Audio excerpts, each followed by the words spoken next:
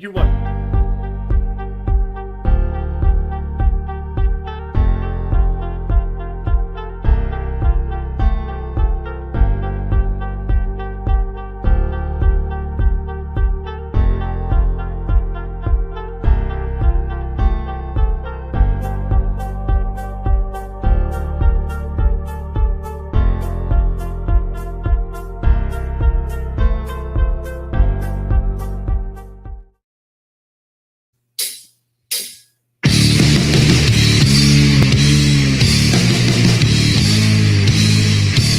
And now, Jabroni Studios, in association with Big Herm Productions, is proud to present to you, recording from an undisclosed location in Oakdale, Connecticut.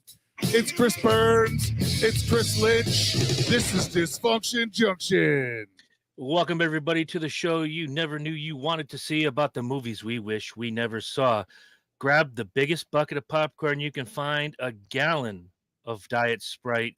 Get yourself some jujubes, put your feet up, and wait for the previews to be done and say to yourself, welcome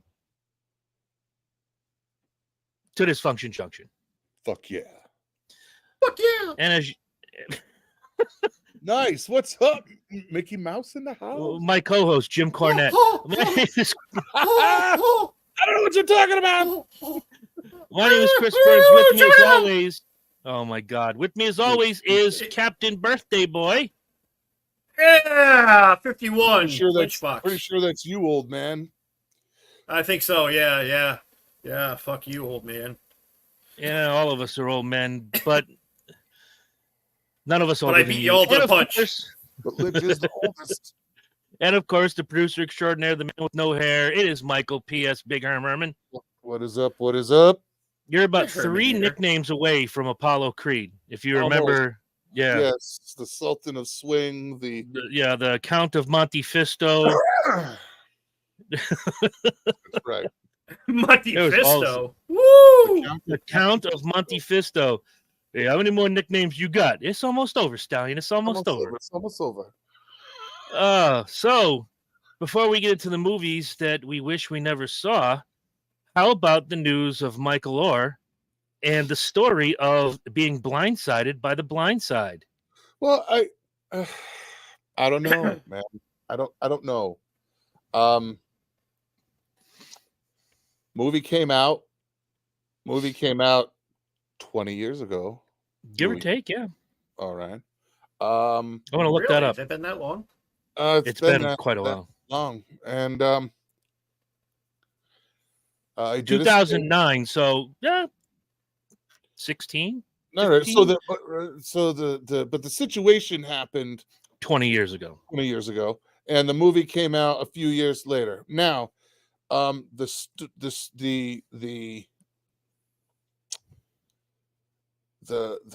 supposed to be in the house, and it's based on a true story movie. So that's the first thing that Right. we have to realize. And that's the key word, based. And it's based on a true story. So that means there has to be some element of truth to the story to only a varying degree or two. We're talking about like a documentary and autobiography. We're talking about a studio liked a story and went to the Tuohys and bought their story and then turned it into a movie. Now I don't know what Michael was already on the age of 18 when they did this, but here's my thing. So who negotiated his professional contract? Because he technically was a conservatorship. Mm-hmm. So he's pissing and moaning about the conservatorship, and he's only found out about 6 months ago, according to him. But here's the thing. How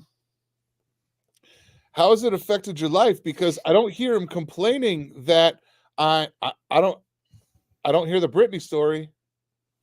I don't hear the I'm not allowed to make any decisions. Everything's being done for me. This is my Right. issue.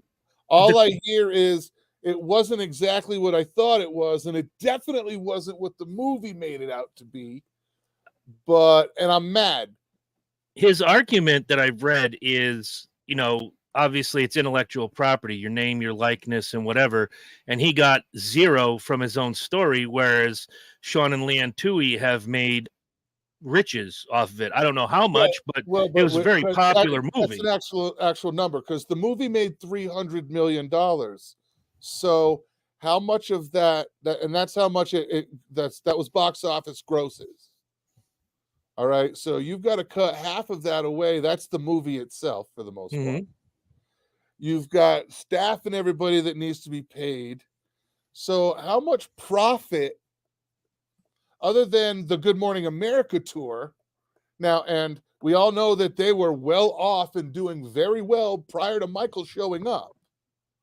It's not like all of a sudden they were, honey boo boo, and all of a sudden Michael came along and trailer trash rich, right? And they're fucking loaded out. Well, and see, here's the thing about movies. Just because it made $300 million at the box office doesn't mean it made money. A goddamn bit of profit. They can make any movie that made a shitload of money lose money, because you got marketing, you got rental, because they rent. People don't realize this. The movie studios rent the movie to a theater. They give them the rights to show the movie. So when you pay your $15 admission, almost 80% of that goes right back to the movie studio. The movie theaters run on a very thin margin. Yeah, very thin margin. That's why the concessions are $8. That's why a cup of soda is $73.50, because that's where they make their money, is off $83 buckets of popcorn and $17 Milky Ways. So you take into account marketing, payroll, movie rentals. If a certain movie theater chain doesn't pay their bills on time, it stiffs them for a rental while it's in theaters for 3 months, that money's out. You're in the black. I mean, you're in the red. You're not making a profit. Michael, quit wrinkling up your forehead. You look like your dad. There could be way fucking worse things on the planet to look like my old man, Sarah. Hey, there's Sarah. It's our friend Sarah Cleveland, who I mentioned way early on in our podcast life. Hi, Sarah. My cousin. I know. But yeah, why is he crying now? 18 years after, whatever, after the fact. I don't know. I don't understand it, because if it's a conservatorship, he had to have had some sort of knowledge about it. Well, that's what he's saying. He's saying that he was duped when he signed it, and that he wasn't adopted. It was a conservatorship. All right. So let me. How what's his bank account look like? That's where I'm trying to go, man. What's his bank account look like? You haven't. There's no Save Michael story, because because the Tuies have drained him or holding him hostage. It's not the Britney story. All right. You're literally hearing nothing, and only that they discovered that it wasn't an adoption versus it was a conservatorship. I think the end result, if you don't mind, is, I mentioned the intellectual property, but then you think nowadays a movie's out of the theater and like 4 weeks later it's in your local Walmart in the DVD section. Yeah, I just got to wait 3-4 weeks, and I can. Well, yeah. Yeah. So then you also have there it is. There was the original book that Leanne Tui wrote, but then you have the movie adaptation book, which every movie has, going back as far as I can remember, where you see the movie poster on the cover, sometimes weeks before the film comes out. Now you have sales from that. I think at the end of the day, what his suit is alleging, and if I read the story right, this is my name, my intellectual property, this is my face, this is my likeness, this is me, and I've not seen cent one. But because, like you mentioned, he's under conservatorship, that would be at the discretion of Sean and Leanne Tui to make sure he got what was coming to him. I think he alleges that this has not happened. Well, I'm sure there's fine print in there somewhere. I mean, any conservatorship has that fine print. I mean, this is exactly what Britney Spears went through for how many years until 'cause Yeah, except she's dad batshit owned crazy. her ass. Oh, you know Yeah. she's Well, batshit her dad crazy. owned her ass. Her dad owned her ass for a reason, because she wasn't stable enough mentally to take care of her fucking self. Mm-hmm. I mean, she's proven that time and time again over the course of her career. She's not Oh, yeah. exactly all there. Now, not necessarily in the Tui's defense, but to their credit, maybe they're protecting him and actually doing him a favor by not giving him gobs and gobs of money. That's why I asked what his bank account's like right now. If he doesn't have somebody that's guiding him through his finances from whatever he made through football, that's on him. That's his Okay, so- responsibility.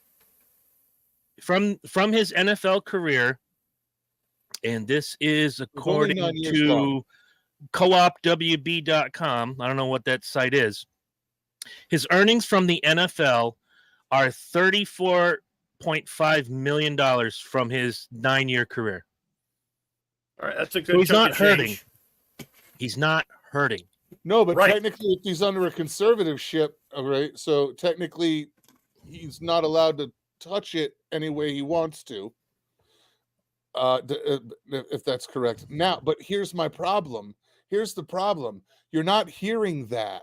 You're not hearing they've held my money from me. They're not letting me touch it. I've got money. He's claiming that there was no money and nobody ever gave it to me.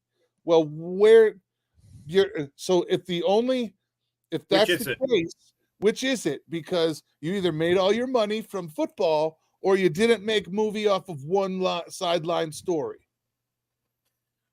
Well, and it all depends on how the conservatorship's written as well. I mean, the conservatorship was written when he was 18 years old. So, I mean, there's got to be language in there saying that if that's the case, that any money going forward from this day forward, any money he earns goes into the conservatorship. Right, because there's no That's bullshit.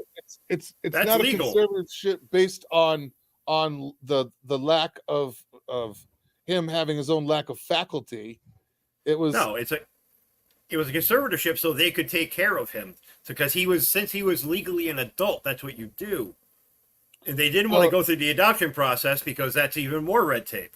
Well, it is, it is more red tape, and I understand that, but it's the same reason a lot of people don't do it. Is that like I was talking to Jen? Jen's like, they didn't have that back then. I'm like, they did, and the only reason I know this is because my first wife when they were my first wife was There were issues. to be adopted by her stepdad, and when they started to go through it. The reason it didn't happen was because and even with an adult adoption, there was a lot of legal shit that needed to be done, just for safety, security, everybody being covered on that way. So instead, they just went with a name change. So there's a name change, but the name change doesn't entitle anyone as far as heir is concerned. Correct. Now, if you're adopted, then there becomes a legitimate issue of heirship and that whole heir thing. But now, I don't know. I guess I see that Michael Orr he's complaining about something. Now there's talk that there's a book coming out on his side too, and this is just it's corresponding with that put out of that book. it's just good timing. It's to drum up interest in his story again, because he's been irrelevant since the movie came and gone. I'm sorry. Once the movie was released and all the awards and accolades were given away, Michael Orr was a blip on the fucking radar. Nobody talked about his career. But what are the Tuies? Who's talked about the Tuies? Zero. That's what I'm saying. And that's why I don't quite know about that. They've had speaking engagements for years talking about this and, self-help gimmicks and all that. Right, but it's not time and time again that you hear their name brought up in public. Right. So I mean, I'm not saying that they're not trying to continue, doing their thing. It's, a nigga got to eat. But again, I've only read what you guys have read about this, and I'm just going through this. The only reason I know so much about conservatorships is my mother was conservatrix for my dad's. My mom was a conservatrix for my dad's aunt's estate. My dad's aunt had a stroke that incapacitated her. She was still cognitive, but she couldn't move. Then her husband died, and she had a second stroke, which made her worse. Her third stroke made her a vegetable. And so my mother became conservatrix of the estate. And there's different levels of conservatorship. Her level was simply make sure the bills are paid, anything to do with the house. I need to make sure that that money's there to pay the building. Yeah, I mean, like the lowest level is basically power of attorney. Correct. And And she had the a couple ability levels to up. starting out and making decisions. Yeah, she had a couple levels up from power of attorney type. She could, make medical decisions, and when it was time to pull the Right. plug, she Right. made the call. Right. It's basically the level I had for dealing with mom and dad. I was basically, for legal purposes, whatever I said or decided was legally their decision. Yeah, I have power of attorney on my mom, which Mhm. I want to give back. I don't really want that, but Chris will tell you. Anyway, There's crazy. There's Then there's my batshit mom. crazy. then there's Then my there's mom. about 50 levels of crazy, and way up here is Mama my mom. Lynch. Just above Trailer Park crazy is Mama Lynch. Oh, dude, I love her to death, but she drove me to drink. But no, I honestly, I don't think the Orrs did it. I personally don't think the Orrs did anything with ill intent. I just think that he saw good timing, and his lawyer said, "Hey, why don't you make a squawk about this? Because your book's coming out. It'll look good." Hasn't he done this before? Not that I I'm don't aware know. of. See, that's what Didn't he? Wasn't there? He's not officially. He's made statements that he's been screwed and this and that. So that could be from an agent. That could be from anything. Well, that's what I'm until saying. Like, this is not the first time I've heard that, but this is the first time he's come out and he's making an official statement, and presenting a case. Until you guys said it in the dude chat, I hadn't heard a fucking word about it. I just Or read him. about it for the first time yesterday. Or him. Again, he's so irrelevant to football. Now it doesn't. It's. Yeah, like I it was. I don't give a fuck. I was watching one of the morning news shows. There it Yeah. is, and that's where it came from. I'm busy selling muffler bearings to Puerto Ricans in Willimantic. Oh well, good luck with that. Yeah, no. What's the year, make, model on that? It's an O2 Chevy. But look, I mean, I can understand if he was compensated in any way, this isn't a problem. But think about the residuals that come when it's played. The rights are bought by, say, TNT. We're going to show this movie once a week, every week for the next year. There's residuals based on ratings. It's kind of like when Turner Classic Movies bought The Wizard of Oz. Instead of seeing it once a year as a special event, CBS made $1 bazillion. Turner can show it once a week, every week for the rest of their fucking lives, and they take all the dough because they bought the rights to the film. Right. No one's alive from that film, so there's no residuals to give out. It belongs to us, and they reap untold benefit. So if he has not been cut into the deal, yeah, he's got a claim, but at the same time, we don't know the legal ins and outs, and I don't think we will until more of this comes out in the wash. Yeah, I think we've got to do. It's got to shake out a little and see exactly where this is going. Right? There's got to be some legal mumbo jumbo deciphered for common folk to digest. And until Like us. that point, I really don't give a shit. I don't want to believe that the Tuohys are scumbags, nor do I want to believe that Michael Orr is, well, a money grubbing scumbag. You made $34 million, kid. Wipe your ass with dollar bills, you know? It could just be that he doesn't understand. It He could doesn't- be, but he's or- got a wife and kids. I'm sure his wife may be. It could be that too. It could be shut the fuck up. All right, I'll talk to Right. him. Right? I'm gonna tell you what you should do because you don't know no better. You don't even wipe your ass correctly. I have to come in behind you, wipe your ass. Let me tell you what you should do. You should sue those two white people and get what you get. Get yourself a paycheck, bitch. That's right. Like 34 million wasn't enough. We need 34 million and $70. And $6. Right. Well, The Blind Side, good movie. If you've seen it, great. If you haven't, Go out and watch Never- it. Make Michael Orr some money. Should Yeah, he win regardless this of politics or the legal issues, it was a good movie. Absolutely. Never seen it. Really, you're missing out. Nope. Heck of a movie. Yo, it's Nope. the first time I watched that movie. I'm watching that movie. Sandra Bullock Wasn't that annoys the movie? shit out of me. Was it I that love her. movie? Oh, she's beautiful, but she just annoys the shit out of me. Understood. What happened when you watched that movie? We're watching that movie, and I'm watching it with Jen. And I'm like, who the fuck is this sorry ass Tim McGraw wanting to be motherfucker in this movie? It's Tim McGraw. I'm like, this motherfucker acting like he's Tim McGraw. She's like, that's because it's Tim McGraw. Oh, all right. Fun. That is the most Herm story like- you've ever He's told. like, that's because it is Tim McGraw. Mhm. Watch the movie. Son of baseball legend Tug McGraw. That's right. Yo, who is this Tim McGraw wannabe motherfucker on my TV? That's Tim McGraw. Well, then he's doing a fabulous fucking job. Right. He's watching Sling Blade. Who's this Dwight Yoakam looking motherfucker? That motherfucker, happens to right? be That's Dwight Yoakam. Dwight Yoakam. Well, God damn it, do good shit, Dwight. Right? Good job.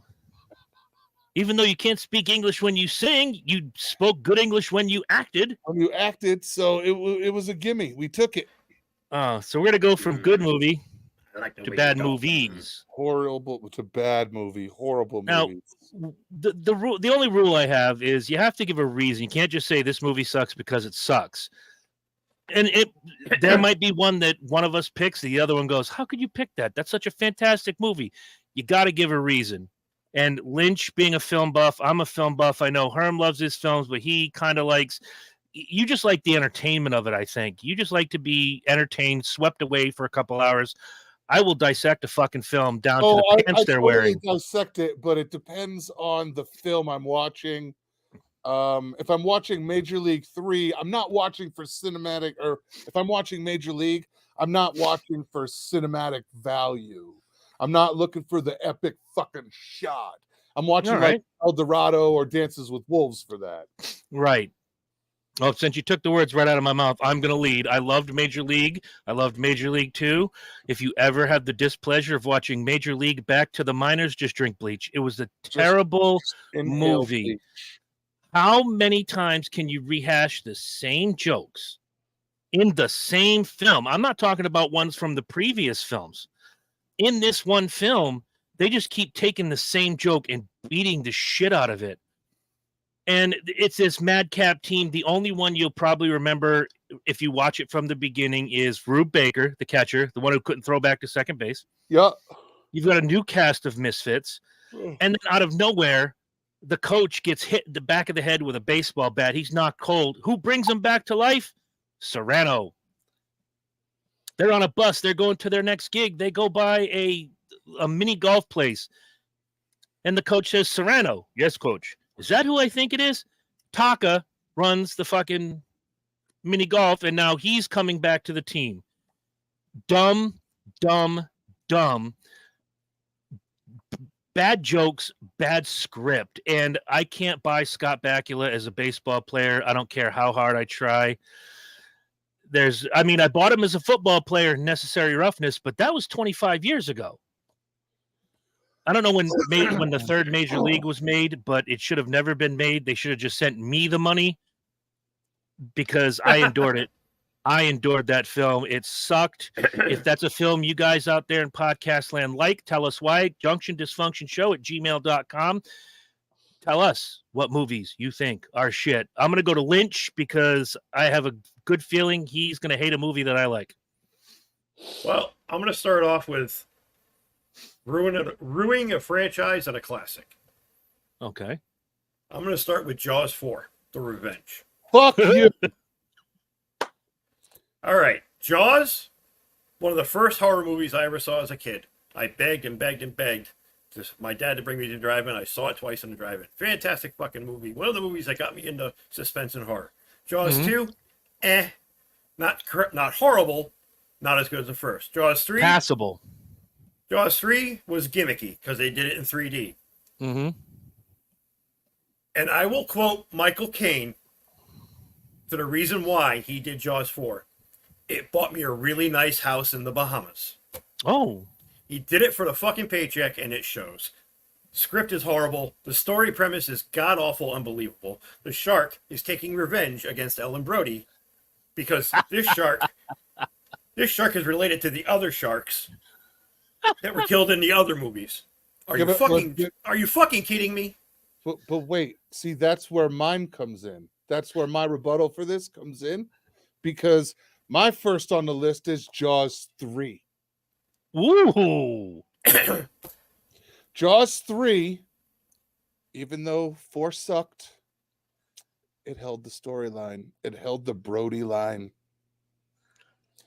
Jaws 4 did. Jaws 3, all of a sudden, some other shark, some other where, in a underground water park with Lou Gossett Jr. What the fuck? High off the heels of Officer and Gentleman. An award-winning performance. And there it is. And that's why Jaws 3 is the actual loser in that one, because it's not even on story. You don't even hear the word Brody in the movie. All right, I'll give you that. I'll give you that one for going off. At least going four, completely off on a tangent. 4, as sucky as it was. I mean, Michael Caine gets out of the water after the plane crashes. His entire body is fucking dry. I don't know if anybody else has noticed that, but when Continuity department, his shirt's blowing in the wind like it's dry silk. But 3, and only because they went completely off. And that's what I think 4 came from. They were like, we totally fucked up with 3. We've got to put a Brody in 4 somehow. A lot of it was to keep the rights to the story, but once they made that, they let the rights expire. Nobody's gonna. If anybody remakes Jaws, I seriously will drive to wherever they are and just punch them in the dick. You cannot remake Jaws. No, you cannot capture that. Is lightning in a bottle. The first dozen Spielberg movies that came out from his creative mind are lightning in a bottle. You cannot recreate that. All of those. And Raiders, Jaws. E.T., Jaws, Duel. I don't know if anybody's ever seen the movie Duel. It's Dennis Weaver in an 18-wheeler, and it's fucking scary as hell. Awesome. And a red Nash Rambler.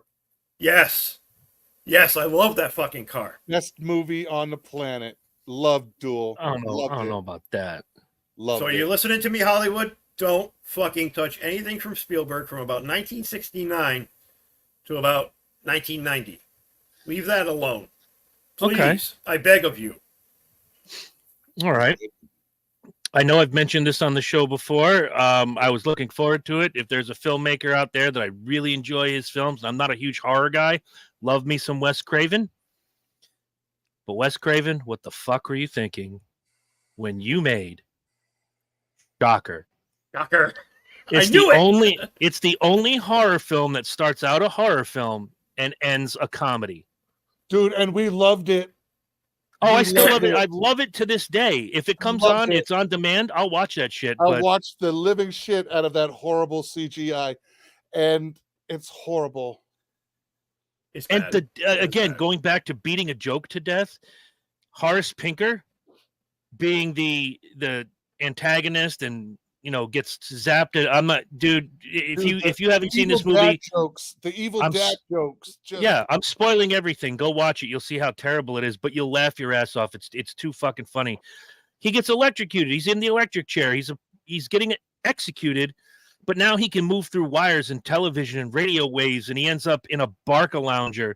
He ends up in a TV. He ends up in a blender. He will inhabit the bodies of other people. To see him go from, you all know Kane Roberts, the guitarist. Mm-hmm. He played the construction worker, and then he goes to help the little girl, and he shoots himself into the little girl's body, and that little girl's doing that stupid limp.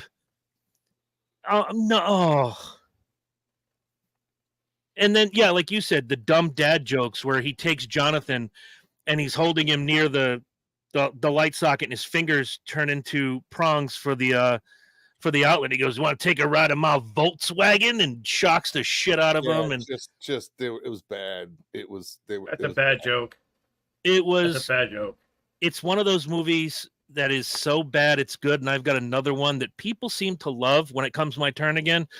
But if you watch it with just a naked eye, it's a patently terrible film. But yeah, Shocker is my next shitty film on my list. All right, I can buy it. All right, good. so this is another sequel. Again, another what the fuck were you thinking moment in cinema history. The sequel to Saturday Night Fever, Staying Alive. Dude, that's on my list. That's the next one. Staying Alive with John Travolta. Ah! I'll be right back. You guys share a brain all of a sudden? You're done saying how much it sucks. All right, you start with your reasons why it sucks. All right, so last we saw our beloved character, Tony he was Manero. this- Tony Manero. He was this cool, swaggering kid who thought he had it all, knew it all, and ate a little bit of humble pie at the end. Mm-hmm. Next, we see Tony Manero. He's a totally, complete, fucking different character than he was in the first movie. That entire persona is gone. That's why people love that movie, because he was a cocky fucking guinea from the Bronx or whatever the fuck. You make him this fucking pussy, who is totally unlike his character in the first movie. Makes no goddamn sense what the hell's going on. I don't know. I just can't. I'm not quite sure how far ahead Staying Alive was set versus Saturday Night Fever A in the couple pantheon of- years. in the time-space continuum. Because Is it's about the same length of time as it actually was between movies. I guess for me, yeah, the So, about lovable 5 years. dumbass Tony Manero. It was easy to love him. It was easy to love that movie. He just wanted to go out with his friends and dance and bone the hot chick. And in Right. this movie, he suddenly has this quiet confidence. He's like, it'll come up in the movie I'm about to talk about after this. Way to start the Travolta train rolling. Oh, I But- got Whoop, whoop. But yeah, there was that quiet confidence that he had in the second movie was totally separate from what Tony Manero was. was not the first one. was not who that character was. It's No, what I just 'cause- said. Completely different. And I mean, come on, how many times have we used the one line that everybody loves from that movie? My hair. You know, my hair. I work a long time on my hair. Yeah, and you look hit down it. on my hair. And you hit it. You touched it. My hair. I told you not to hit my hair. That's the lovable dumbass. He wasn't the lovable dumbass in Staying Alive. No. And it's just a All right. bad movie. It's just a Oh, bad movie. it's terrible. Horrible right. soundtrack. I don't know. I kind of like what's his nuts there, Frank Stallone. I still have that on some playlists. God bless you. Far from over, my man. Far from over. All right, who's So next? Herm's going to tell us why you guys made the same pick and why. It's for the Staying same Alive reason. sucks. It's completely not the same character. All right. The whole dynamic with the love interest and the dancer, and she doesn't want anything to do with him. I felt they just threw a lot of shit with the Tony Manero name on it and in a box and shook it, and then that's what they put out for a movie. I don't feel it was I don't feel that would have been Tony's progression. I can tell you another reason why this sucked. This is why certain people shouldn't go out of their range. Don't get out of your lane. 6 words, written and directed by Sylvester Stallone. Stick to Rocky, stick to Rambo. Hell, make yourself a good cop movie if you can, but stay the fuck away from this. Absolutely terrible. Yeah, I have to tend to agree with it. That was the biggest problem with it, is that it was a vehicle for him to make himself relevant, to keep himself relevant in the early 80s. I mean, he really didn't have to do that since Rocky 3 was one of the bigger hits of the early 80s. It's like, hey, yo, I'm going to show you how smart I am. I'm going to write a movie. Yeah, look You've at written that. 3 fantastic movies. Stop. Yeah, I mean, like Rocky, he took him forever to fucking sell. Yep. He pitched that movie up and down. Yep. And on top You of know? that, you have the 2 sequels. You have the first Blood film, which he co-wrote with the author of the book to make some cinematic changes. Again, put his name on something. Here Yep. now I'm a part of this franchise. But stick to what you know. Like, I don't want Sylvester Stallone to write the next spaghetti western. Why? Because there's nothing worse than someone trying too hard to be something they're not, which leads me to my next movie. If I never see it again, it will be too soon. Urban Cowboy. An absolute humdinger of a shitbag. First of all, you've got this kid, once again, John Travolta, New Yorker, and he's hanging out at basically Tony. It's basically Tony Manero with boots and hats. and a mechanical bull. Mm. And he's got the good girlfriend. They get married, whatever, and then she bangs the dude who's better on the mechanical bull, and he's banging the hot girl with the high-rise apartment. And the story is convoluted. You show me an Italian that can ride a mechanical bull, and I'll do the show naked next week. It doesn't please don't. exist. Please don't. No. But the names were stupid. Buddy and Sissy. Come on now. What is this? Fucking Family Affair. What's next? Mr. French is the one that gave you the trailer to live in? Get the fuck out of here. Mr. Belvedere. There were and there's a lot of really good actors in that film. Scott Glenn being one of them. What's her nuts there? I can't remember. Deborah Winger, who played Sissy. But the story, again, is just so bad. And I hadn't seen it until I was in my 20s. And when I watched it, I've only seen the film once. And I'll never watch it again. It left that much of an impression in the back of my mind that I can still remember scenes at Mickey Gilley's roadside honky-tonk gimmick. I still see the logo in my head. And Now that film, as fucked up as this is going to sound, there's a company called Luxo in Italy that I just found that makes some of the best mechanical bulls on the planet. Sure, and you know who they get to test them? Cletus and his family. An Italian guy. Yeah, they're certainly not bringing in Rodolfo. see, that movie holds some special charm in my head because when I was a kid, HBO played that movie every fucking day from like 1983 to 1990. At least in one flavor of HBO. And my dad would always put it on. Oh, man. So when we were young, there was only one flavor of HBO. Right. The only thing Holy you had Christ. was East or West when they did. That was it. You had East or West. East or West or the movie channel. Yeah. The movie channel Showtime. And Cinemax was owned by HBO. Well, holy shit, that thing. I come home from school. If my dad was home, fucking Urban Cowboy was on. I wake up in the morning. My dad just came home from work. HBO, Urban fucking Cowboys on. And you can hear that song in your head. You can hear B.J. Thomas, looking for love in all the wrong places. Shut the fuck up. My father loved B.J. Thomas. Oh, there's nothing wrong with B.J. Thomas. Just No. when you hear that song 600 No. times in one film. Yes. Ugh. Well, my dad would do that. He'd find a movie that would bore him to death and fall asleep to it. Okay, that makes sense. So- There's one on my list that I do that with. But there's one movie that he used to watch all the time. It's a fantastic film. Is The Right Stuff, Okay. which is one of my all-time favorite movies. But anyway, we're moving on. Yes. Am I next? Sure. Yes, you are. Yes, you are. Continuing the Travolta train. Oh, dear God. This bitch is long. Yeah, he's got a lot of clunkers in there. Yeah. I give. This is a tie between two films by John Travolta. We're right around the same time. Ooh. Battlefield Earth You. or Face Off. Well, you're going to take Face Off because I'm going to shit all over Battlefield Earth. All right. Did we pick another one? Because, yeah, it's Did we right both- here.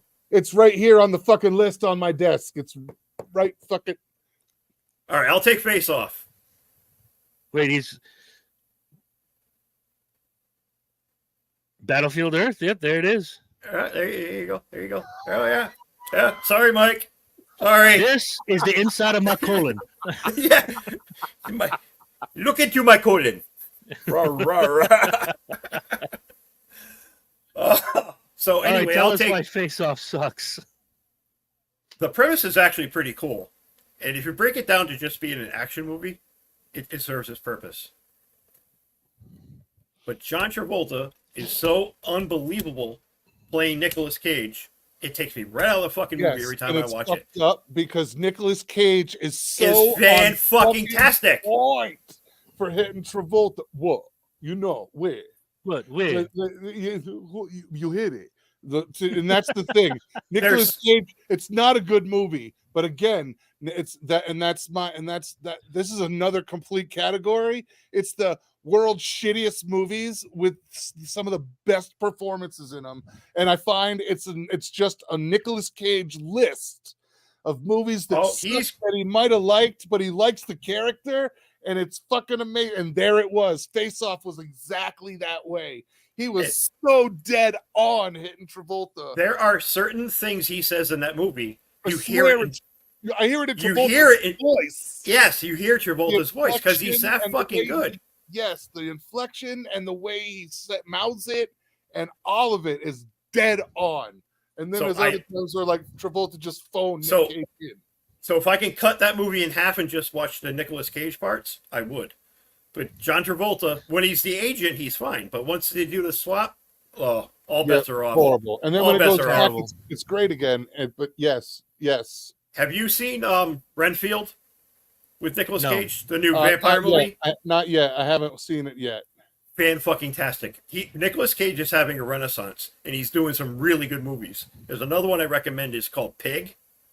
Fan-fucking-tastic. But that's the problem is for every great Nicolas Cage movie, there's a bunch of them. Like what was the one I watched the other day?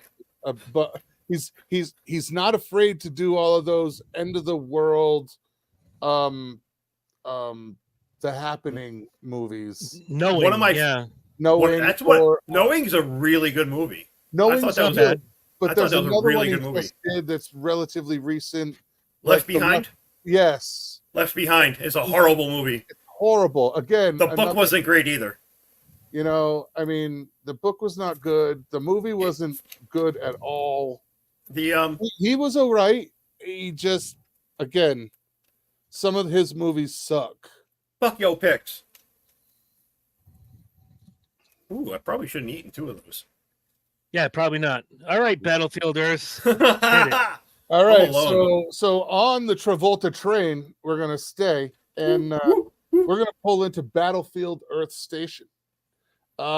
This movie was absolutely horrible. First off, because the entire movie was shot with 300-watt blue floodlight on the whole fucking movie, and that's all they lit the set with. The whole set odd angles, weird angles. Like the guy running the camera was drunk, and all they had apparently and could afford was blue lights. I don't know what. Maybe they're cheaper. I don't know. Home Depot had a special. You know, the Travolta looks like a common, like if the Predator fucked a Rasta dude, fucked a Smurf, and that's what your baby would look like. I felt that's a good one. That's a good one. I like that. I don't know how to follow that. I don't know how to follow that. And I said it. The movie was it was bad. There was the action scenes where we're like, oh look, oh that whole scene was done with miniatures and you can tell. Awesome. Yay. Just not a good Travolta movie. Well, I'd rather watch Look Who's Talking. I'm not. The actual book was pretty good, actually. Battlefield Earth, written by L. Ron Hubbard. That explains it. The book is basically that entire religion is a science fiction episode. So yeah, the book is basically a 350-page advertisement for Scientology. Yeah, it is. It is. And if you read that with Dianetics in the same session, you'll know that basically what Battlefield Earth is how the Earth was populated according to Scientology. So, I mean, that's really what it was. And the book was actually, if you read Dianetics, it's one of the best pieces of science fiction you'll ever read. But they don't treat it as science fiction. No, they treat it as their doctrine. No, the supreme being. His name was like Joshua or Jimmy. Yeah. Or I thought it was Bobby Lenny. G- Whatever it was. Like, doesn't even have Lenny? a full name. It's just The Ace of Spades! The Ace of Spades! literally like this dude from outer space named Arthur came down. And that's how it is now. No, it's Xenu.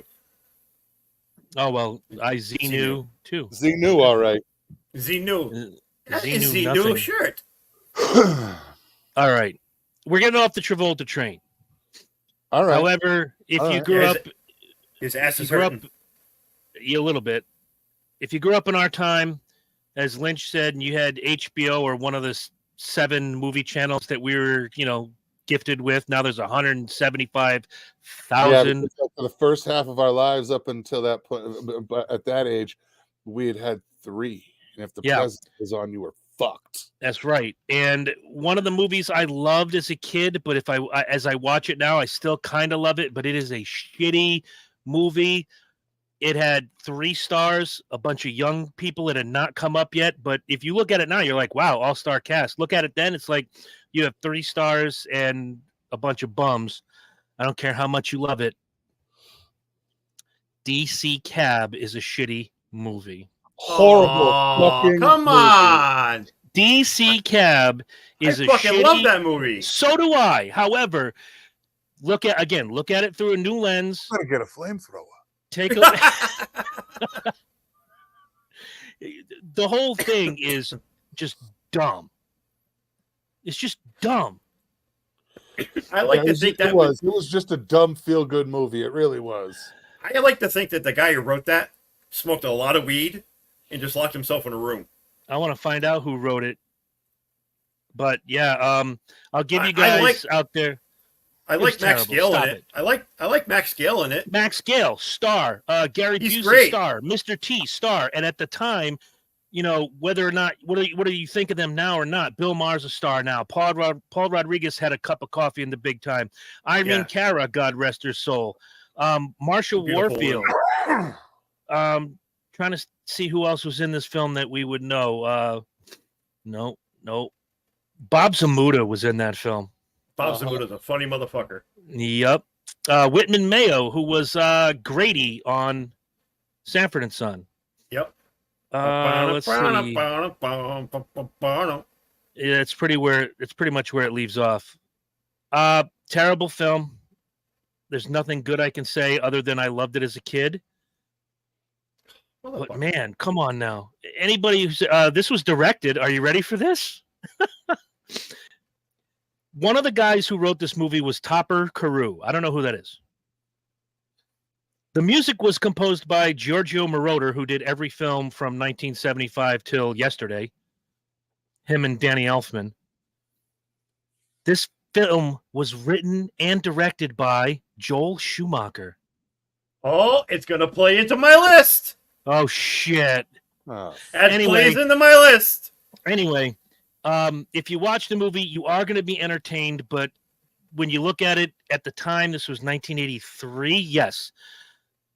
For the time, yeah, raunchy comedy was the thing, but this just doesn't hit right, especially when you have 48 Hours coming out around that time. You have so many really good comedies. This just doesn't hold up, and it's lit badly. It's acted very badly.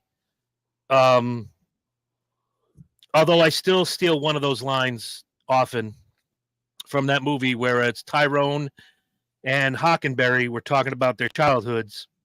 And he says, my dad went to Vietnam. He came back. He thought he was Jesus. They put him in an asylum. He came out 2 years later. He didn't think he was Jesus anymore.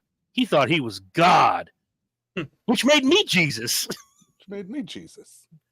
So the guy who wrote that film, Topper Carew, Uh-huh.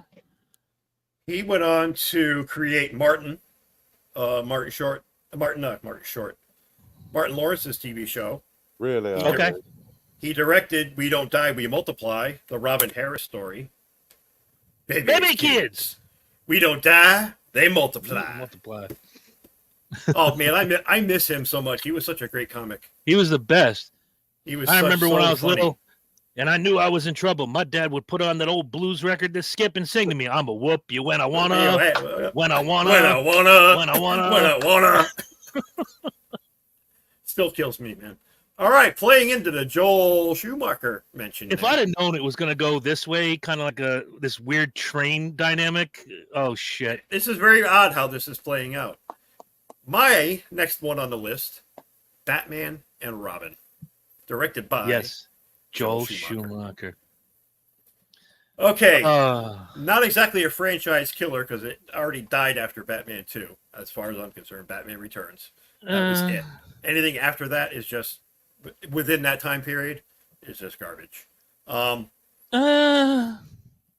Clooney was an okay Bruce Wayne. He was a fucking horrible Batman. Yep. Horrible Batman.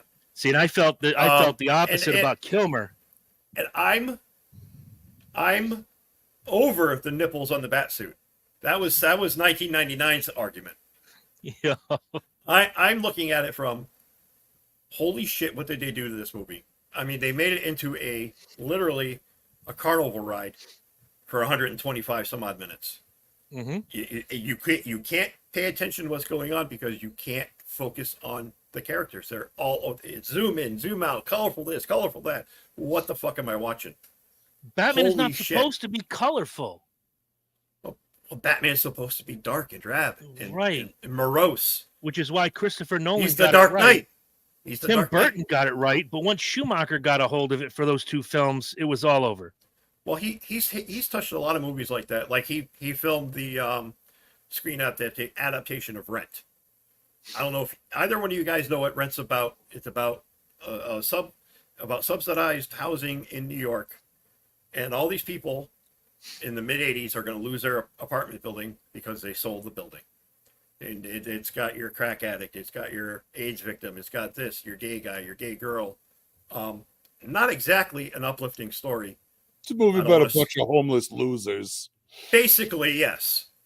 Okay, now I saw it on Broadway, or off Broadway, years ago with Megan.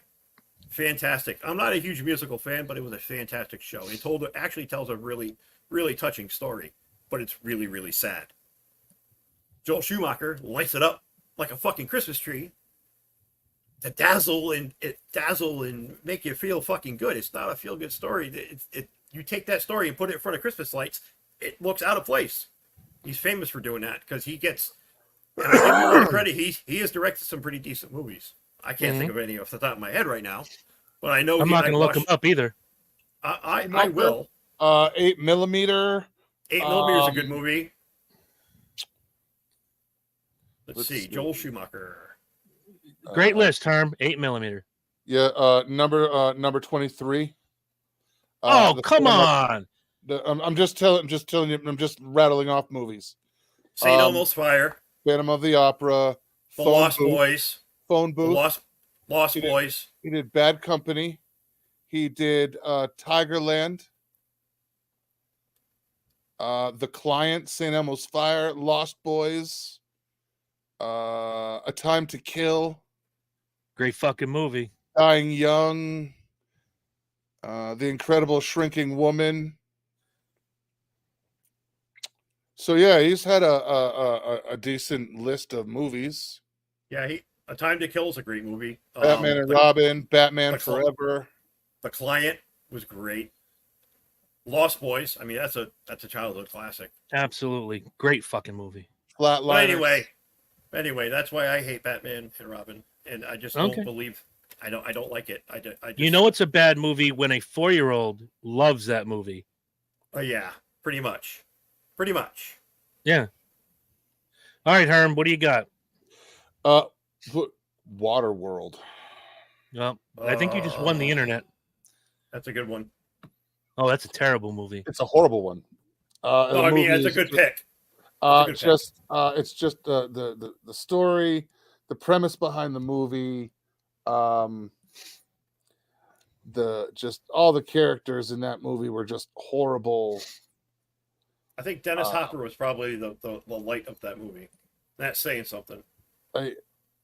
It was just bad. It was easy to follow because it was stupid. So, but yeah, definite movie that sucked.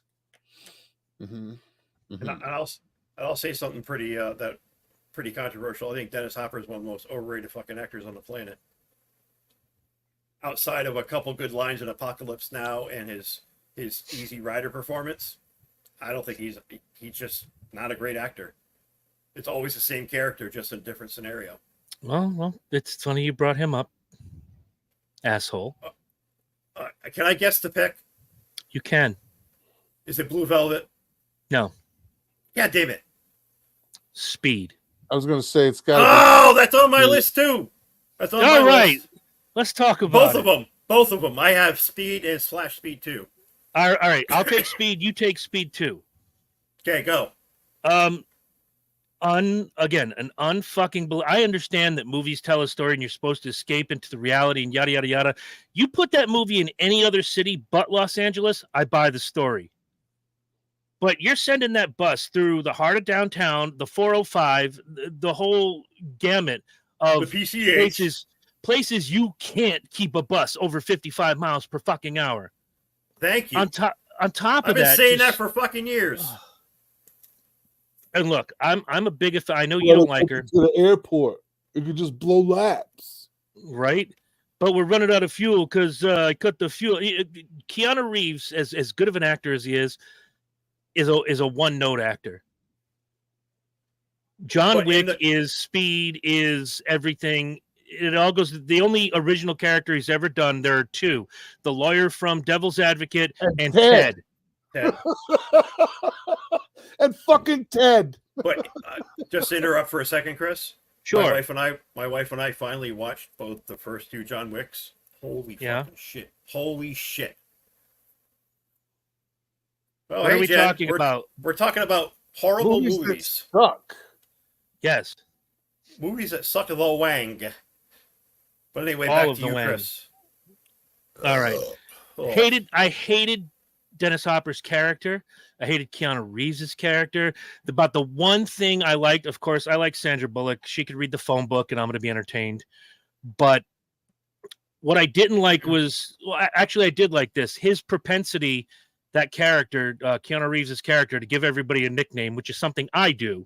You know, hey, Gigantor. Hey, this one. Hey, that one.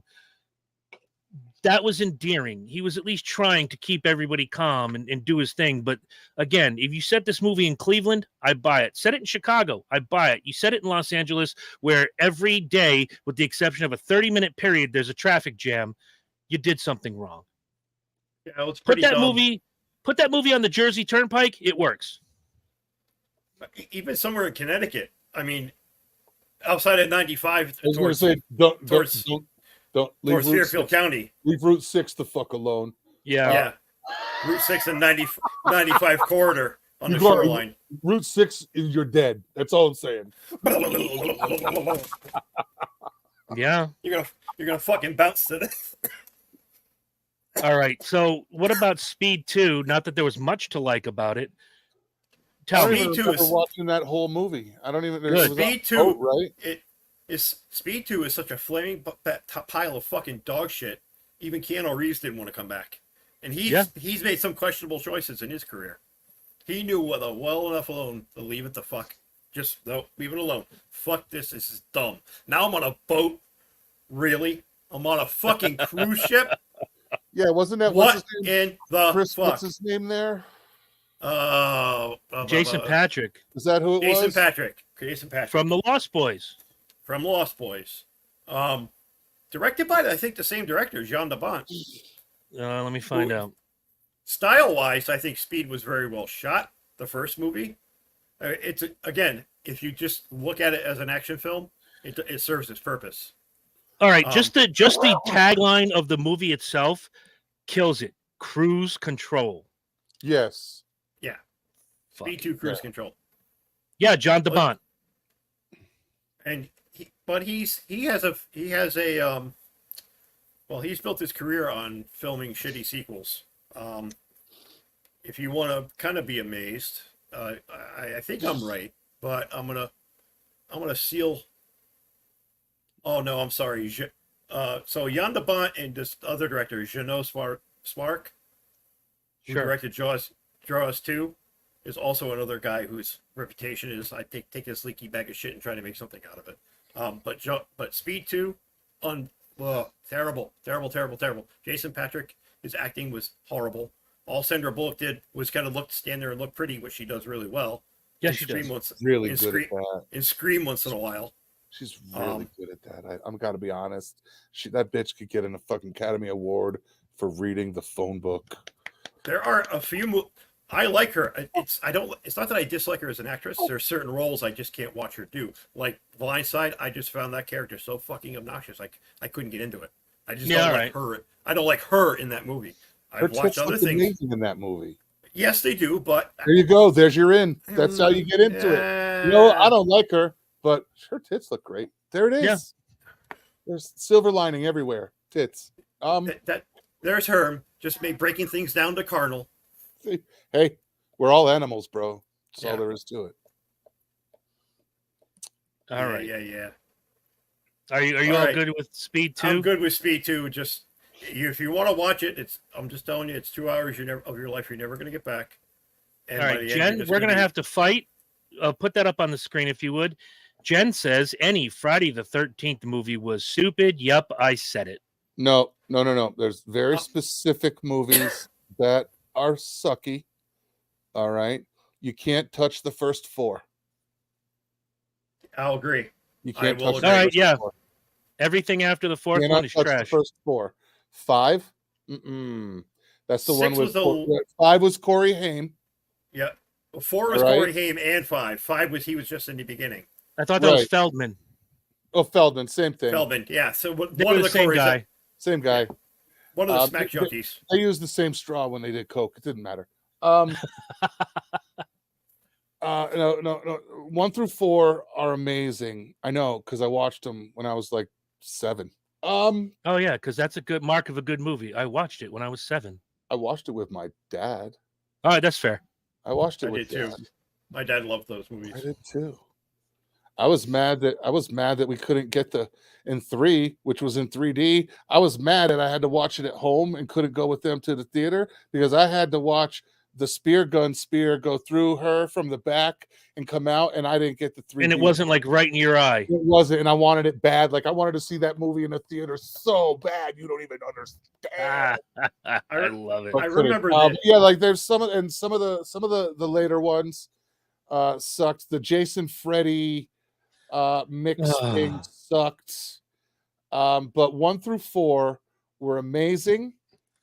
Jason Takes New York was horrible. He spent a total of 8 minutes in New York. Yeah. Yes. No, Halloween was fabulous. What was stupid was 3 Season of the Witch. Come on, that gave me the 3 more days till Halloween. Halloween. I know where you get it. Halloween. Silver What days are Shamrock. Halloween? I know where you got it. Silver Shamrock. I know. 3 more days to Halloween. So Halloween, I know. Halloween, That Halloween. particular Halloween movie, again, I find it the same as Just 3. It's not the story. All right. You want to hit your movie up real quick? What? Who? It's your turn. Oh, well. We just came off of Speed 2 and Jen just absolutely burying herself in front of people. Yes. All right. Still love Coneheads. you. Always have. Coneheads. Okay. I'll buy it. You don't even have to say another fucking word. Coneheads. Just Coneheads. I absolutely loved their skits on Saturday Night did I. Live. So did I. And they were able to hold it for a good 10 minutes on Saturday Night Live. The problem is when you took those 5 to 10 minute sets that would have been on Saturday Night Live and then tried to connect 12 and a half minutes of plot and story with them and then make those moments fit into the plot and story. There's only 2 Saturday Night Live skits that made good movies.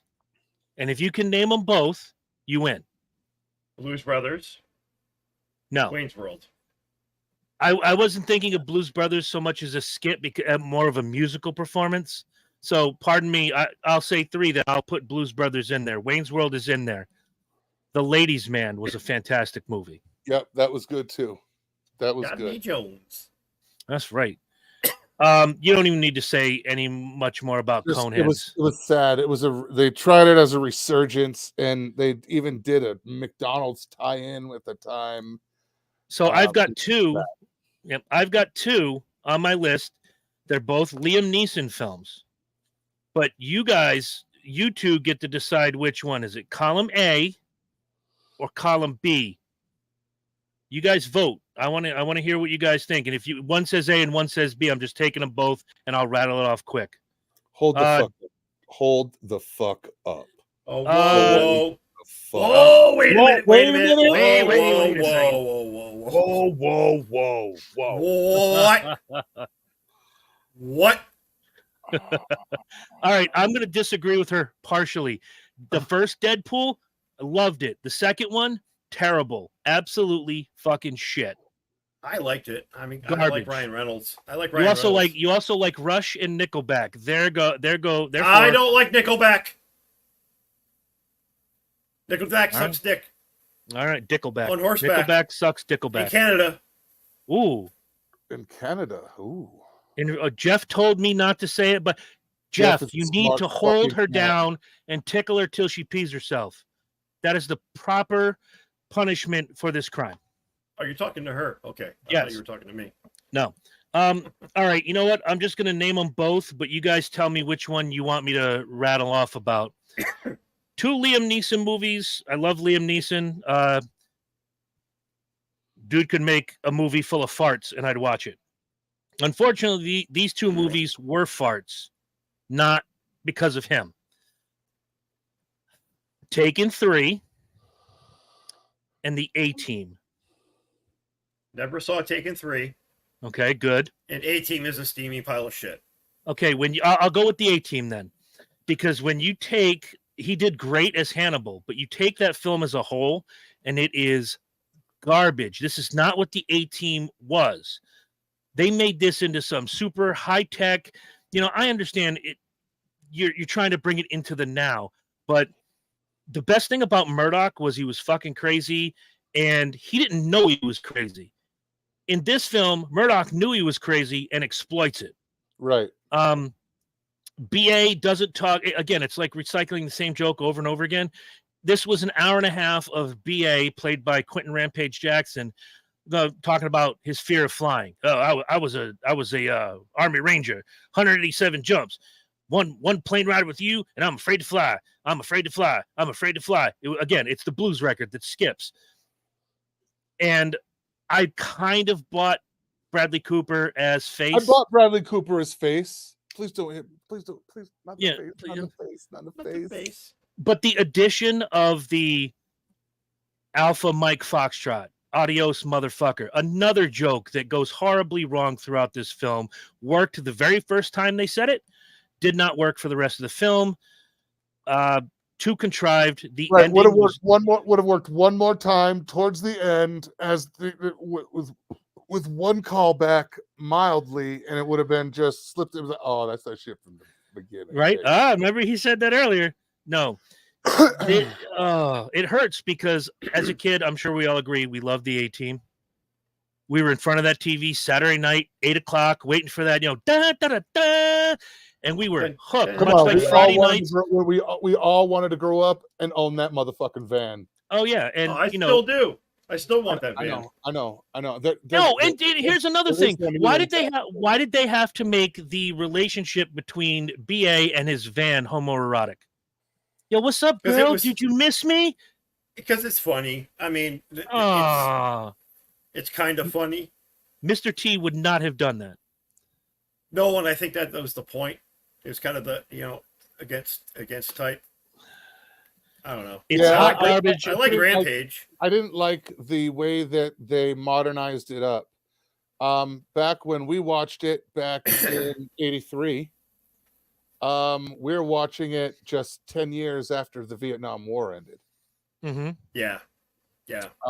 So that whole Vietnam crack unit thing, I expected all of that. I expected that movie to be set in 1983. And that's really what I wanted. I wanted a cinema version of our television show. Before we move on to Lynch, I don't mind that they modernized it. I think they got too modern.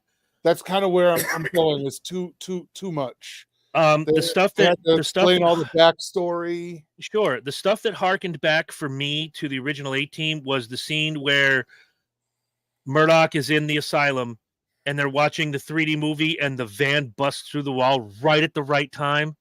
Yeah. Perfect. On point. Absolutely. And the dynamic between, I think they played the dynamic between BA and Murdoch perfectly, where he's got the hand puppet and he's got the pig hand puppet. He goes, if I break every bone in your hand, could you still be able to do that? Right. And I like the fact, I personally like the fact that Murdoch was a top of the line chef. Yep, coconut curry tapenade. Literally like, dude, there, you know, he's in the fucking crate. Are we gonna let him out? Holy Christ, fucking Right. wrecking the shit. I'll make you that coconut curry He's tapenade like, hey, big guy, with toast points. big guy. I'll make some of that There's coconut tapenade. Toast points? Of course, toast points. Why Toast else? points. Of course. And you hear the door. See, there's Okay, parts of so that, there's that's parts of that literally movie how that I are told- really. That's literally how an argument with me and Jen works. It's literally like, oh wait, baby, you know that bread pudding with the white chocolate and the raspberries in it? with toast points. Yeah. Are you gonna make that? Are you gonna make that good glaze? To put the good glaze on it? The Well, good of glaze. course. You know what I mean? Are you gonna make that? Well, of course, it's not the bread pudding without the glaze. Of course. Okay, so the part, and I like where Herm's going with this, because the part that in my head stuck out about it, like Herm, when I first saw it, Herm and I were like in different areas of the country, weren't really talking on the regular, but when I saw this film, I immediately thought of Herm when he's cooking up the steaks. He goes, how do you want your steak? Nuked or napalmed? Nuke it! And he throws the freaking antifreeze on it. And then Face says, no, hey, no. They put hit it with the gasoline. oh, that, And he's the like, gas. you want the special marinade? She's like, no. No. Gave me a little Bell's palsy. He was like, no, the fucking shit was antifreeze, like a Bell's palsy. Yeah, but it went away. Right? It went away. Nobody can make a antifreeze marinade like you, Murdoch. That's right. All right, great points. Good. They had good moments, but overall shitty film. Lynch, you're on the clock. All right. It's another controversial pick. Another sequel. Mm-hmm. Indiana Jones and Temple of Doom. See, I hated every indie film after the first Okay, Raiders of the you know Lost Ark. why? You know why? I don't look. They're great action movies and they're a great sequence to get away, but literally, pull Indy out of the story, and all of those movies can still happen. If you pull Indy out of the first story, the Germans still find the Ark. They still open it, and everybody dies. Mhm. And as they bring up the fact that they would have never had the coin. Yes, they would have had the coin and the thing, but Indy came in and swiped it and grabbed it. So that's my whole thing. Great movies, but literally the most irrelevant character in an action flick in the first one. Yeah, I can buy that.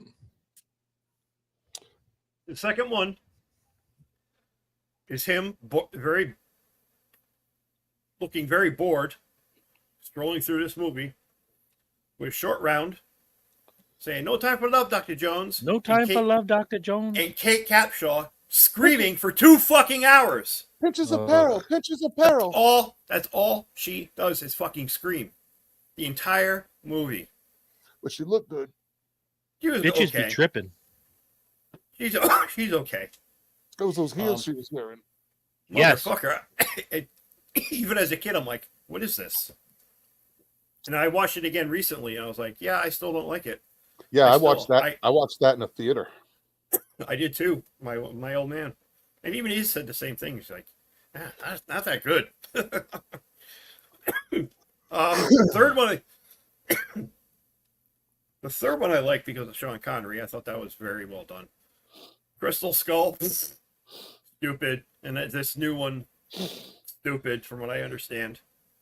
But yeah, a lot of people would kick me in the ding ding for saying that, but Nah, you'll be fine. All I right. got one that's not on anybody's list. Yay! So far, so good. All right, Herm. After your pick this time, we'll each have one quick hit movie. And I will upset somebody with my pick. There's two, and they're any categories. So it's any movie in the series. So it's either any of the Starship Troopers movies, Okay. or any of the Andrew Garfield Spider-Man movies. Okay. I don't like Starship Troopers was just a complete farce and just horribly acted, and just the characters were just so not even believable. My issue with I didn't like the storyline they pulled with Andrew Garfield and his love interest and who was what. Kind of the same way I don't like the way they changed it with what's his name there in the new series in the new Marvel ones with MJ is not the love interest. Shut the fuck up and give him the hot redhead. All right, just do it. But they did. I think for reboot versus reboot, I like the new reboot better than I liked Andrew Garfield. I did too. I liked the new Marvel ones much better than I liked the Amazing Spider-Man series. Andrew Garfield for me was just kind of boring. Yes. Those two movies just weren't. I mean, no action. It's not really. They're not action movies, which is what I signed up for when I wanted to see Spider-Man on the big screen. I mean, it's just. I don't know. I don't mind him as an actor. I think he's a terrific actor. He's been in some really good stuff, but this not so much. I mean, I personally think he was a little too old when they cast him. Much like I think Tobey Maguire was a little too old when they cast him, but he's young enough to where it could pass. Andrew Garfield looks like he's been shaving for 20 years playing Peter Parker. Well, Nicholas Hammond could only make so many movies before he turned 80. No, this is true. This is true. That's to me, that's my Spider-Man, Nicholas Hammond. Spider-Man. Get up, Spider-Man, like Weatherman. Murray Spider-Man. Yeah, You catch up with the Speedway review every now and again on Wednesdays. When it comes to Kyle Weatherman, I'm like, Kyle Weatherman. With a man. Justin Honeyman. yeah, he's like a CPA downtown. Phil Spider-Man. Phil Spider-Man. He's CPA. DDS. Where's a funny little beanie Phil on his head? How you doing, Phil Spider-Man? Talent agent. Is that Welcome like to my- Harvey welcome to my Birdman casting lawyer? couch. Yes, Yeah. Harvey Birdman. Yes. Well, that was one of the lines I liked in Friends. They were talking. It was Joey and Chandler, and they were talking about and it was the Amazing Spider-Man, and Chandler's like, the fuck you talking about? Spider-Man? like Spider-Man. He's got the thing. He's like, Joey, it's Spider-Man. Like he's a man. That's a spider. It's not like he's Phil Spider-Man downtown CPA. Where's a funny little beanie on his head? Was this one your pick, Herm? So we got a quick hit it before we go? Which one? Yeah, I don't know. Did you make your pick already? Yes, I did.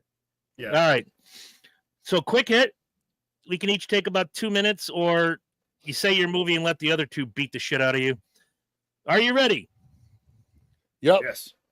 Beverly Hills Cop. 3. I knew that's where you were going.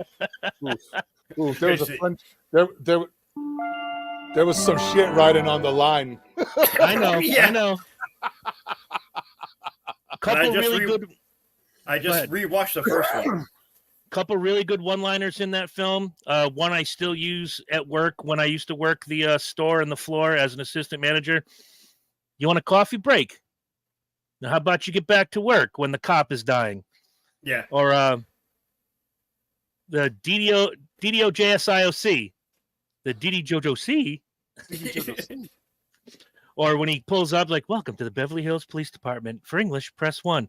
For homeless people on your lawn, press 2. I need Billy Rosewood. For Farsi, press 3. It's like, what the fuck? Terrible movie from start to finish. You mean the same Axel Foley, the Recta Buffet? That's from the first one. I was like, the new detective is like, oh, John, this is Axel Foley. Oh, Axel, I've heard about you. You're the guy that blew up half the town.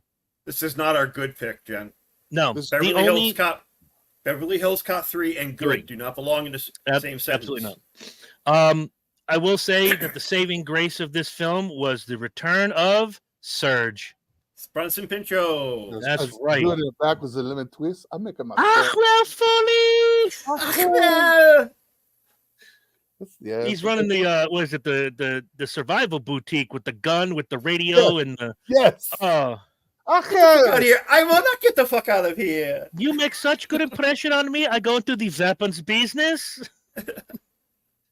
Wow, terrible fucking movie.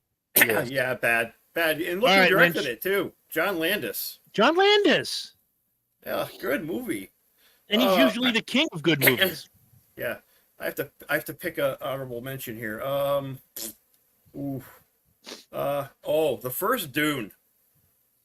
1984. Floating fat man. It's about the best. That's the best line in that entire movie. Being a very big fan of the books, yuck. I mean, David Lynch had a vision for that movie, and it was totally not what the studio wanted. I have seen as close to the assembly cut that David Lynch made with footage that was restored and not destroyed. A little bit better, but it's such a complex story to tell that, thank God, the new version of Dune is doing it right and splitting it down into multiple movies, because it is such a vast. Oh, Jen, we got fighting words there. Yeah, I hope you're saying that that's a good movie. That better be good. That better be a good pick for you. But yeah, the new Dune is a classic. The new Dune is doing it the right way and cutting it down right in half into multiple movies, because that world is so vast and so big, and they did so very many characters. They did very well with that Dune. That I was very impressed. I was scared, but the director, I can never remember how to pronounce his name. He is she saying it's a bad movie? She is. I think she is. And she tried to. She tried to frost it with a little rest in peace, but.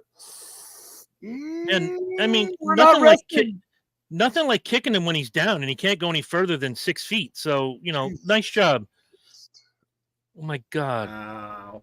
I bet you run your buggy into old ladies when you're at the grocery too. Probably. She clips them just to knock them over on the fucking lark.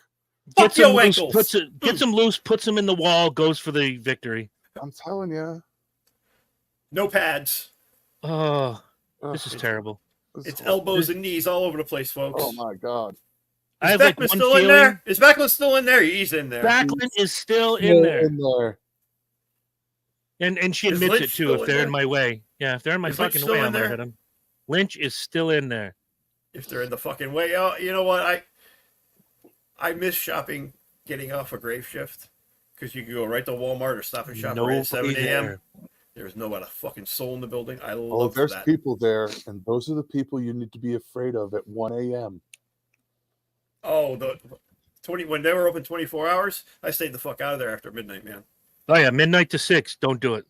When Wall Bombs was still open, Bombs was open 24 hours when I first started working there, and man, come 11 o'clock, those fucking freaks come out of the woodwork. Oh yeah. All right, Herm, you got a quick hit for the last shitty movie of the night? I do. This better not suck. I've saved it to the very end. Oh, this is gonna hurt. This is Kiss meets the Phantom of the Park.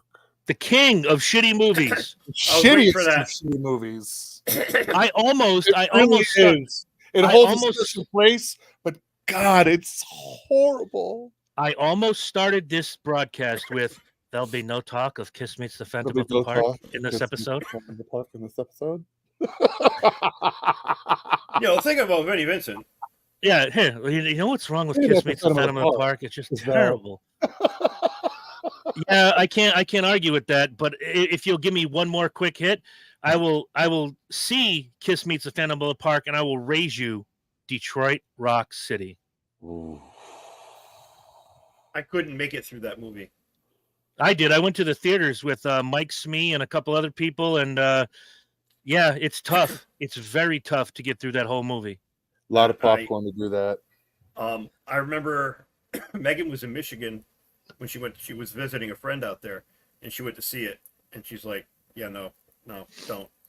So when it came out on video, I'm like, "Okay," and I got about halfway through it. I'm like, "I can't finish this. This is bad.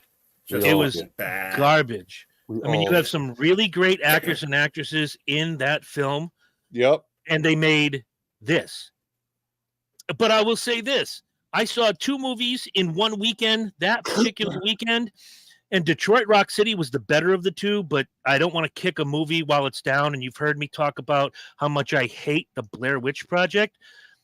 That is even shittier. But for me, Detroit Rock City, because it besmirches the greatest American rock band in the history of American rock bands to an extent that I kind of left that theater going, I wish I could turn everything I own inside out so nobody knows I'm a Kiss fan. Yes. Garbage. Was not a Yes. fan. Not a fan. Not a fan. Ugh. There's nothing to be a fan of. It was the shittiest shitty movie in the history of shitty or movies. Now, if we're creating a top 10 list of bad horror movies, Blair Witch is on the top for me. Yeah, I'll put Blair Witch and Shocker 1 and 2. Yeah, I'll do that. Night of the Demons. I liked Blair Witch for a couple of reasons. Because you're stupid. That's one. Yep. Hey! One of them. No, It's intellectually challenged. Sorry. it They're was species erotica, fucko. it was the it was the Gotta finish, gotta viability finish. of their emotions and their little and being stressed out. There's a I think when you watch that movie, you get a little stressed out because I think the human body actually recognizes another human similarly stressed and questioning things. Okay. So the movie was not great. It was a great format with the whole video, found tapes. That I thought was great. Oh, it launched a genre. It launched a genre of films, Totally did. for damn sure. It wasn't the best acting because there wasn't as much acting as It was one long improv scene. as normally is required to make a movie. There was literally fucking with people at night and in the woods while they didn't know they were being fucked with. And so the realism and the whole tense come with that. That's why I like it. You literally see like these people are kind of fucked up. I don't like the fact that they pushed it the way they did as this is, raw, real footage. Everything you saw for weeks leading up to it, and then you find out that it's just another fucking movie. Jen says, I was pregnant with my daughter when Blair Witch came out, and my sperm donor jump scared me as I was coming out of the bathroom after we watched it. Fuck him and the Blair Witch. Jen, I'm with you on that one. One of my favorite found footage movies, but speaking of that genre, is the first Paranormal Activity. Yes. I think that is a very effective film. I don't scare easily in horror movies. I was freaked out by that movie because by the end, especially if you watch the actual ending that they wanted to release, holy shit! Because I watched it that way before I saw what was actually released. Yeah, the ending they wanted to release was a lot messier. Dude, I had fucking goosebumps, and there's not many movies, modern horror, that give me that feeling. I mean, there's still certain times I'll watch the 1982 The Thing by John Carpenter. Ooh. I still feel like I did the first time I saw that movie. It's just so impressive what they did with practical effects. I was very disappointed in the 2013 remake of it, where it was like what happened before. the 1982 movie. It has so much potential there, and they shot a lot of practical effects that they dumped for fucking CGI, and it just sucked. It was a good movie, but just horrible fucking effects. Fair enough. We could do like 3 episodes on horror movies, and we'd have a couple weeks worth of shows. But we're not a horror movie channel. No, we're an everything movie channel. And by the way, you had said something earlier about a shitty movie you put on to fall asleep. Mine is a sequel. I loved the first one, but the second one fell. If this is the point, it fell way over here, past the point, and into somebody's butthole. Now you see me number 2. I didn't like the first one. Loved the first one. Did not like it. Could not get You know- enough of the You know first one. why? I like You the know first why? one. They 'Cause took I it too figured it- far on I the figured second. it out. I figured out the first movie like a quarter of the way in. Upon first viewing, Yep. my thing is I kind of knew from the start that if you guys haven't seen these movies already, these movies are 10, 15 years old. Shut the fuck up. I knew by the end, and it didn't reveal in the first one, it revealed in the second one, that Morgan Freeman was the puppet master for everything. I did not see Mark Ruffalo's character as the ringleader in the first one. I did. And it did very subtle clues. And I'm like, there's something wrong with this guy. And that was very early on, maybe almost halfway through. And who was the other dude who played the lead in that movie? Michael Caine? Ruffalo. Michael Caine. And who was the other young kid?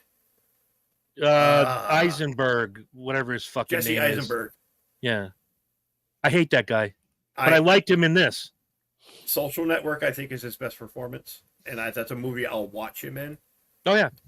He annoys the shit out of me. It's that whole. I get that he's on the spectrum. All right, there's no doubt about it. He is on the fucking spectrum. But when you see interviews with him, he's very, very, very uncomfortable, and he speaks at about 200 miles an hour. And it shows in his performances. Social Network, he did really, really well with, because he actually kind of broke out from that mold and actually became somebody different. When I watched Now You See Me, then I watched the new Superman. It's the same fucking character. I just don't like him. I just don't like him as an actor. He kind of takes me out of it. The second one was dog shit. I will agree. The only saving grace of that film was Lizzie Kaplan. That is a sexy woman. Oh yeah, I'll give it a point for that. That's a eighth of a star. So it's like 1.5 on a scale of 10 just because Lizzie Kaplan's in it. Yeah. Yeah, there's certain movies where certain actresses or actors are in it. It just, you automatically add points, and you start subtracting from there. Except Best Defense. That was just a shit ass movie from beginning to end. I watched Megan. What What was that? Megan Somebody and I watched farted. this thing on. Megan and I watched this thing about like the top 50 worst horror movies, and Plan 9 from Outer Space came up. If you want to talk, Okay. if you want to dig deep into like the old archives. No, The Thing that's a with deep dive. The Thing with Two Heads with Rosie Greer. That was on constant repeat on Creature Double Feature when we were kids. Manos, The Hands of Fate. It's just the real schlocky shit like that we grew up on from the 50s and 60s that we watched in the 70s and 80s. Swamp Thing. I love that movie. Swamp Thing. That was That's a another. shit ass movie. Loved That's it. another Wes Craven movie. Loved the comic. Oh, the comic was Yeah. great. He's probably one of my favorite secondary characters in Oh. comic books. And I'm upset. There's 2 movies I thought would be on at least one of your lists, and they didn't pop up. One was Showgirls. That was a tough one. That's And deep. the other? If I were digging deep, I would definitely put that on there. The other was Creep Show 2. 2. You The can't first one beat was the great. first one. The first one Can't was beat the first one. It's fan-fucking-tastic. fan-fucking-tastic. Where's my cake, Bedelia? Yeah. Adrian Barbeau. It was good. Ah! Adrian Barboobs. Oh, Yep. And I'm also upset that nobody mentioned the shitty remake of The Dukes of Hazzard. See, I don't. Yeah. It didn't I even really register. It doesn't even register. It doesn't Yeah. even register in my head that it existed. It's I forgot Okay. about it until you just said it again.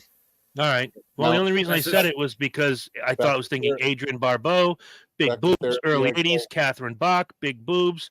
Oh shit, they made this awesome TV show into a shit ass movie starring Stifler. Yes. Yeah, Yes. that's another Unreal. franchise. That's another franchise that got sour real quick was American Pie. Everything after the second one was rehashed garbage. Well, then they start American Pie Band Camp, American Pie, Oh Reverse. yeah, the Naked American- Mile and all this bullshit. and American Pie the Moil, whatever. Fuck.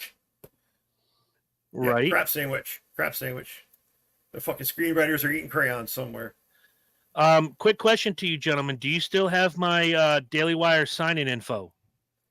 I'll tell you in 2 seconds. Well, if you don't, you'll get it in September because the No, I don't Daily see Wire is going to be releasing Candace Owens' 8-part documentary, Convicting a Murderer, in regard to the Stephen Avery case.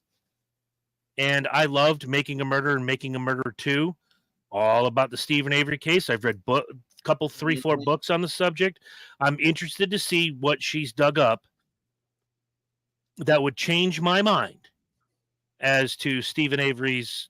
I still think he's innocent. And Brendan Dassey just wants to get out of jail and watch WrestleMania. That's what I think. That's Yeah, literally what I tend to have to agree with you. Anybody who hasn't seen it, please watch Making a Murderer. It's on Netflix. It's free, and there's two limited series.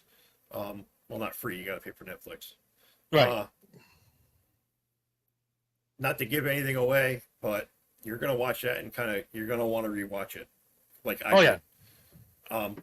I watched that while I was out with surgery and the radiation treatment shit. That was something I watched all night and would repeat. Mm-hmm. I have to agree with you guys. I don't think he did it. I really don't. I- There's so much manufactured evidence and as much as breaking- as easy breaking as chain of it custody. to just make it's him, and it's all solved and easy.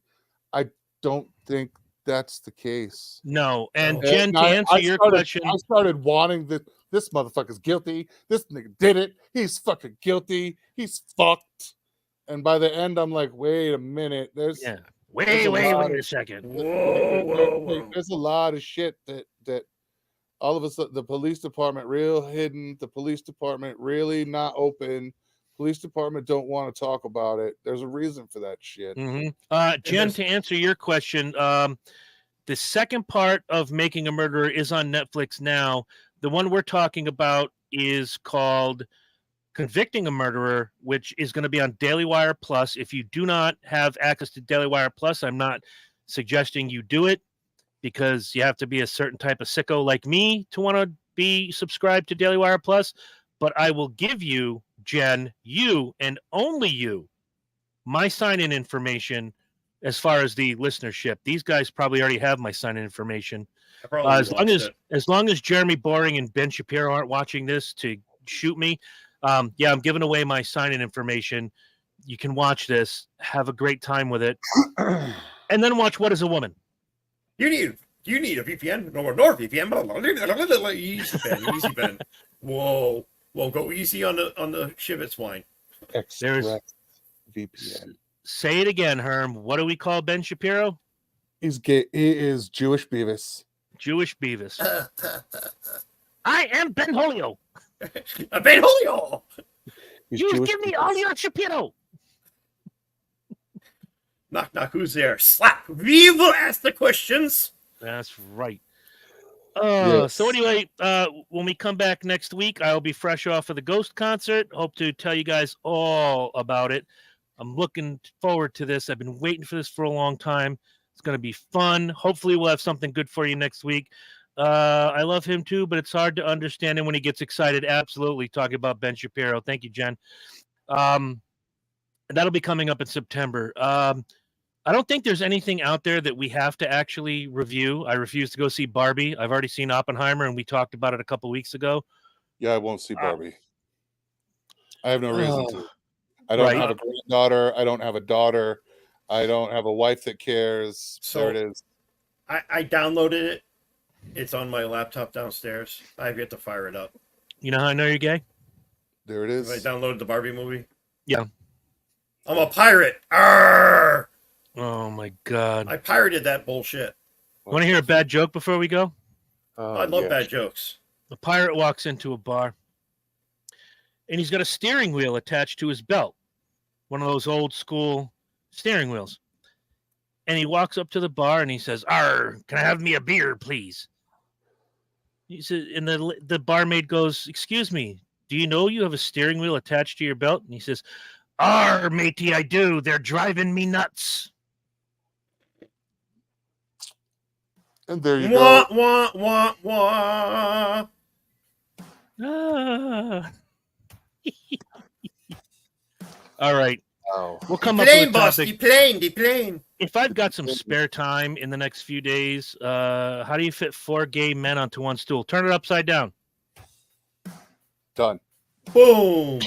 I'm just Poland. reading Jen's joke. Dusted. Oh, wait. 2 guys are going on vacation, a gay guy and a straight guy. Who gets to the airport first? Straight guy. No, the gay guy. Why? Because he packed his shit the night before. Yes. Boom, boom. Thank you. You hear the drums. We'll be back next week. If I have some time this week to actually sit in front of this computer and dig them out, I will have something special for you next week. We're going to have some fun. A couple weeks, we'll have the kids back, the back to school special, and some I Am the Asshole toward the end of the month. Ooh, we like those. Yes, I can't wait for I Am I the Asshole. I've been reading a lot of those on Reddit lately. There's some sick fucking people out there. Yes, I'm sorry, fucks. You can say that again. I'm Guys, sorry, Are you fucks. sorry, Fox? before he hits the music, remember, if you have show ideas, questions, comments, concerns, or you just love us that much, junctiondysfunctionshow@gmail.com is where you can send everything. And then these 2 guys are going to lead you out this week, starting with Birthday Boy. Happy birthday, Lynch. Yay! Happy birthday to me. 51 revolutions around the big fucking ball of fire in the sky. And here's to 51 more, maybe. I don't know. Hard to do when the earth is flat. Earth! Not it. Send them home, Herm. All right, ladies and gentlemen, I'd like to thank everybody watching live and listening I'm in, dying. joining us after the fact. We're not sure what we're doing, but we'll figure it out and we'll let you know. So we're out of here. And Stay tuned. yeah, stay tuned, and we'll see you next week. Sleep soundly in your beds tonight. Judgment falls up on you at first light. I'm the hand of God. I'm the dark Messiah. I'm the vengeful blood. In the blackest moment of a dying world. What have you become?